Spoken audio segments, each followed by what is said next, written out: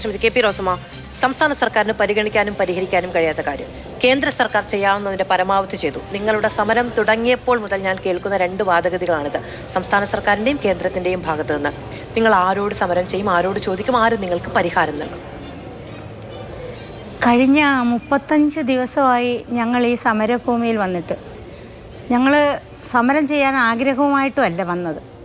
സംസ്ഥാന സർക്കാർ ഞങ്ങൾക്ക് കൃത്യമായി ഓണറേറിയം അതാത് മാസങ്ങളിൽ തന്നായിരുന്നു എങ്കിൽ ഞങ്ങൾ ഈ കാര്യമായിട്ട് ഈ സെക്രട്ടേറിയറ്റ് പഠിക്കൽ 35 ദിവസം കഴിയേണ്ടി വരില്ലായിരുന്നു.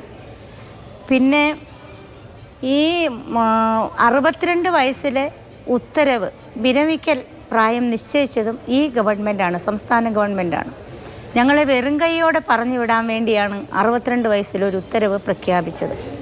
അന്ന് ഞങ്ങൾ Kerala ASHA health workers association എന്ന് പറയുന്ന സംഘടന വളരെ നല്ല രീതിയിലൊരു സമരം ചെയ്തത് കണ്ടാണ് ആരോഗ്യമന്ത്രി എന്ന് ആ ഉത്തരവ് ഫ്രീസ് ചെയ്യപ്പെട്ടത്. ഈ 62 വയസ്സിൽ ഞങ്ങൾ വെറും കൈയോടെ പറഞ്ഞു വിടാൻ ഈ രാജ്യത്തെ നിയമം അനുവദിക്കുന്നുണ്ടോ? ഇപ്പം ഞങ്ങൾ 18 വർഷമാവുക ഞങ്ങൾ ഈ ജോലിയുമായിട്ട് മുന്നോട്ട് പോകുന്നത്. അന്ന് എല്ലാവരും പറയുന്നത് 500 അന്ന് തന്നില്ലേ, 1000 അന്ന് തന്നില്ലേ എന്നാണ് ചോദിക്കുന്നത്. പക്ഷേ അന്ന് ഞങ്ങൾക്ക് വെറും 3 ഭാഗം ജോലിയേ ഉണ്ടായിരുന്നുള്ളൂ. ഇഷ്ടമുള്ള ജോലിക്ക് ഞങ്ങൾക്ക് പോകാം. ടൈം പാസിന് വേണ്ടി ഞങ്ങൾക്ക് ഒന്ന് കറങ്ങിയാൽ തീരാവുന്ന സമയം മതിയായിരുന്നു. ഇന്ന് ഞങ്ങൾക്ക് 45-ലധികം ജോലിയുണ്ട്.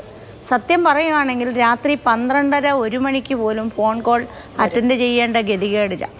ഇങ്ങനെ ഞങ്ങൾ നിരന്തരം ജോലി ചെയ്ത്, എന്നിട്ട് ഞങ്ങൾക്ക് ഇഷ്ടമാണ് ജോലി ചെയ്യാൻ. എല്ലാവരും കഷ്ടപ്പെട്ട് ജോലി ചെയ്യുന്നു എന്നാണ് പറയുന്നത്. ഞങ്ങൾ ശരിക്കും ഇഷ്ടപ്പെട്ടാണ് ജോലി ചെയ്യുന്നത്. കാരണം നമ്മുടെ തൊട്ടയൽവക്കത്തുള്ളവർ, നമ്മുടെ ബന്ധുക്കൾ, നമ്മുടെ ചാർച്ചക്കാർ, നമ്മുടെ സുഹൃത്തുക്കൾ, ചെറിയ സന്തോഷം കൂടി പകരം കിട്ടുന്നുണ്ട്. അതെ, അങ്ങനെയാണ്. ഈ അവസരത്തിൽ ഞങ്ങൾ ഈ 18 വർഷം കൊണ്ട് 500 രൂപ തരുമ്പോൾ ഞങ്ങൾക്ക് മിക്കവാറും 2 മാസം കൂടിയെങ്കിലും കിട്ടുമായിരുന്നു. ഈ ഓണറേറിയം ഇപ്പോൾ 7000 ആക്കി എന്ന് പറയുന്നത് വെറും 232 രൂപയാണ്.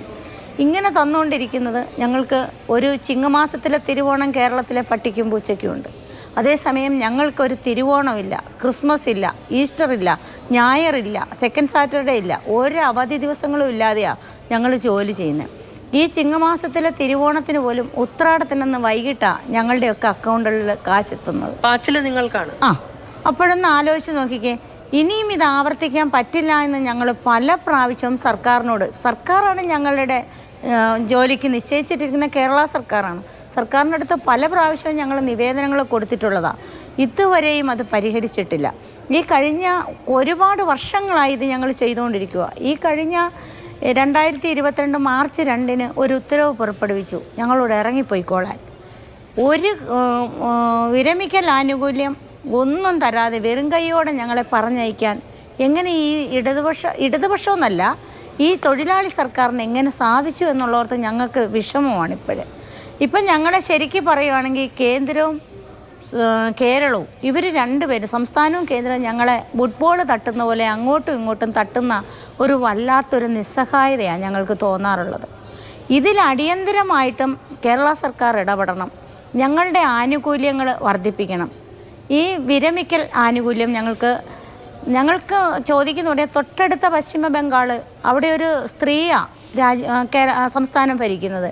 കൃത്യമായിട്ടും കഴിഞ്ഞ 2022 മുതൽ 5 ലക്ഷം രൂപ വീതം വിരമിക്കൽ ആനുകൂല്യമായി അവിടുത്തെ ആശാവർക്കർമാർ കൈപ്പറ്റുന്നുണ്ട്. തൊട്ടടുത്ത ആന്ധ്രാപ്രദേശിൽ മെറ്റേണിറ്റി ലീവ് സഹിതം മറ്റുള്ള ലീവ് സഹിതം നല്ല ഒരു ശതമാനം ക്യാഷ് കൈപ്പറ്റുന്നുണ്ട്. ഞങ്ങൾക്ക് കേരളത്തിൽ 7000 രൂപ എന്ന് പറയുന്ന 232 രൂപയിൽ മാനദണ്ഡങ്ങൾ വെച്ചുകൊണ്ടാണ് ഞങ്ങൾക്കത് തരുന്നത്. 4300, 5300 വരെ കിട്ടുന്ന ആശമാരുണ്ട്. ഈ സർക്കാർ പറയുന്ന ഈ 7000 എന്ന് പറയുമ്പോൾ ഞങ്ങൾക്കത് സമയത്ത് പോലും ഇന്ന് വരെ കിട്ടിയിട്ടില്ല.